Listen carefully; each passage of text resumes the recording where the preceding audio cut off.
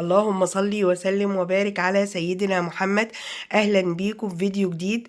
انا نرمين عامر، ودي يومياتي الحقيقية بكل تفاصيلها الحلوة البسيطة. هتلاقي هنا روتين البيت، اكلاتنا وتوفيرنا من قلب بيتي لبيتكم. يلا نبدأ.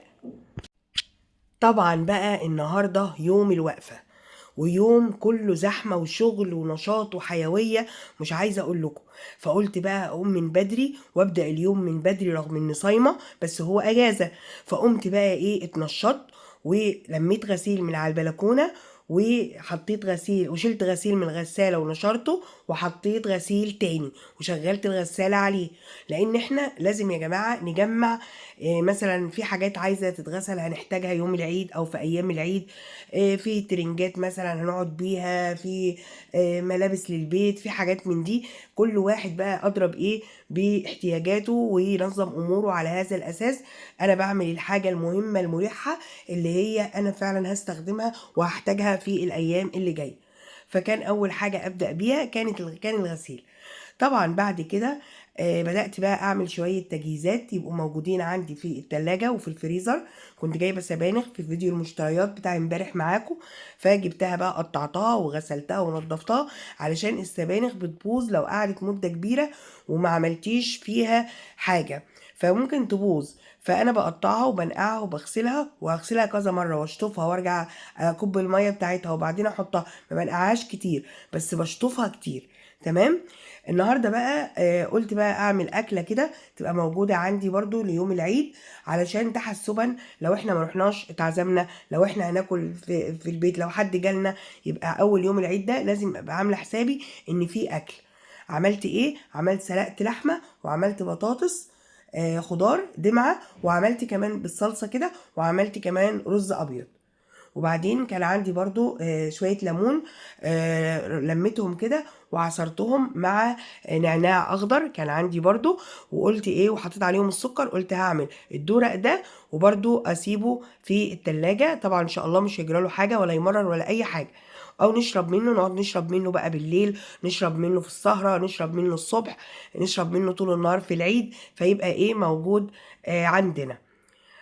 والحمد لله ان انا عملت كده يا جماعه، لان فعلا احنا كنا بنروح نتعزم على الغدا بره وكده عند اهل جوزي، لكن في ظروف حصلت معينه هنروح لهم ان شاء الله على خير كده اخر النهار. فاضطرينا طبعا ان احنا هنقعد ونتغدى في البيت. فالحمد لله ان في اكل وتجهيزات عشان ما اطبخش ولا اتعب نفسي، يا دوب اطلع كده وايه واسخن وبس. هنا بقى بوريلكم العصير وجماله وحلاوته ولونه. برضو كان عندي، طبعا انا سمعت وانا في الشغل امبارح ان في الطماطم ب50 جنيه، والكيلو ونص ب50 جنيه، والكيلو وربع ب50 جنيه. اسعار فلكية يا جماعة. هي طماطم ولا دهب ولا تفاح ولا ايه بالظبط؟ فكنت جايبة 5 كيلو من ايام ما كنت عاملة العزومة، وكنت حطاهم في درج التلاجة.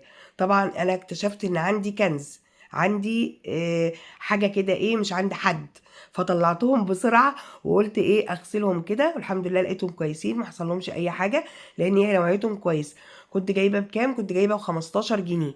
فطبعا قلت يا بنت انت ايه، طلعيهم بقى واغسليهم كده وانت متنشطه في اليوم اللي كله شغل ده، وسبكيهم وصلصيهم كده وحطوهم في الفريزر يبقوا موجودين عندك.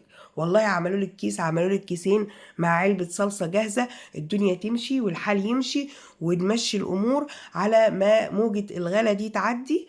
لان لو احنا في غلا في الايام العاديه يا جماعه، في غلا اكتر عشان العيد. يعني في العيد الدنيا الطاق بيرفع 3 و4، فاهميني؟ فقلت ايه اعملهم كده يبقوا موجودين عندي. والجامدة شلتها في طبق احطها في التلاجة، برضو نستخدمها في فطار الصبح مع سندوتش جبنة مع حاجة، يبقى موجود عندي. يبقى انا كده ايه لميت اموري، عملت الصلصة بتاعتي وسبتها هي. كل ده احنا قبل المغرب، كل الشغل اللي انا بعمله ده احنا قبل المغرب. طبعا انا بوريكم بقى ان انا حطيت صلصة لتتصلص، وحطيت صلصة للبطاطس، وحطيت كمان ايه اللحمة بتتسلق. عايزة اقول لكم يا جماعة التجهيزات في البيت حلوة قوي. يعني انا مطلعة التوم ومطلعة البصل اللي انا مفرزاه، شايفين التوم ابيض وجميل ازاي، ولا اسود ولا اصفر ولا جراله اي حاجة. فهنا طبعا ايه انا بقول لكم التجهيزات اسعفتني برضو في اليوم ده. وبهاراتي عندي وحاجتي عندي، واللهم بارك طلعت الحاجة تك تك تك تك، انجزت لي كتير جدا جدا جدا. طبعا بقى الشقة متروقة، يا دوب بس كده ايه هديها كنسه بالمكنسه واوضب الدنيا كده. برضو انا عارفه ان انا هسافر طبعا تاني يوم، واول يوم عند اهل جوزي، فما فيش قاعده في البيت يعني، ولا ناس بتيجي ولا ناس بتروح. بس برضو لازم احسس ولادي بالاجواء، وهم قاعدين النهارده بقى مستنيين يسمعوا الرؤيه، وقعدنا سمعناها مع بعض، وتعيشيهم كده الحاجات الجميله اللي احنا ايه اللي احنا اتعودنا عليها، وسايبه معانا اثر حلو. وكل ما بتتكرر حتى مهما كبرنا بنفرح وبنفتكر ذكريات حلوة وجميلة.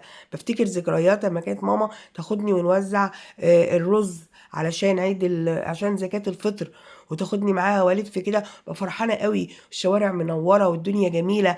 فبعمل كده مع ولادي برضو.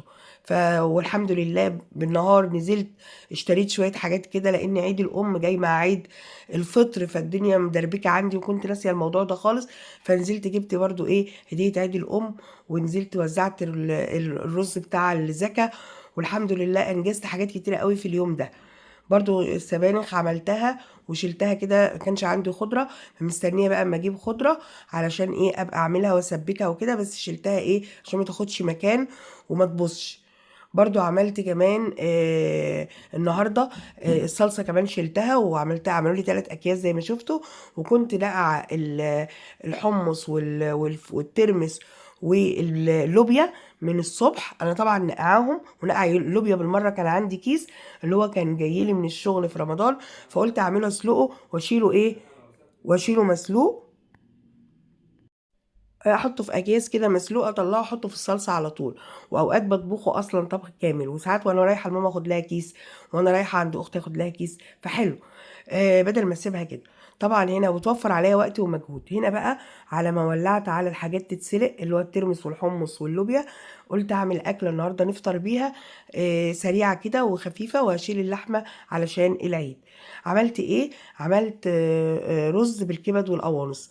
وطبعا انا عاملاه معاكم قبل كده، بس هقول لكم تاني. اهم حاجه يا جماعه، انا كنت بعمله الاول ما كانش الولاد بياكلوه. شفت التكه دي على النت، بصراحه ربنا يبارك للي عملتها قدامي وانا قلدتها.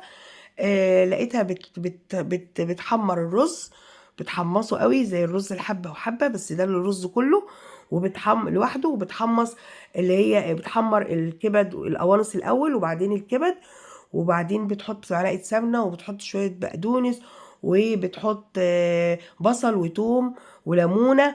وبعدين تخلط بقى بعد ما ده يتحمص ويتحمر، وده يتحمص ويتحمر، ونحط البهارات بقى في الاتنين، اقوم خلطه الاتنين على بعض. تاكلي احلى رز بالكبد والقوانص. وممكن تحطي كمان خلطه مكسرات عليه، يبقى جميل ويشرح.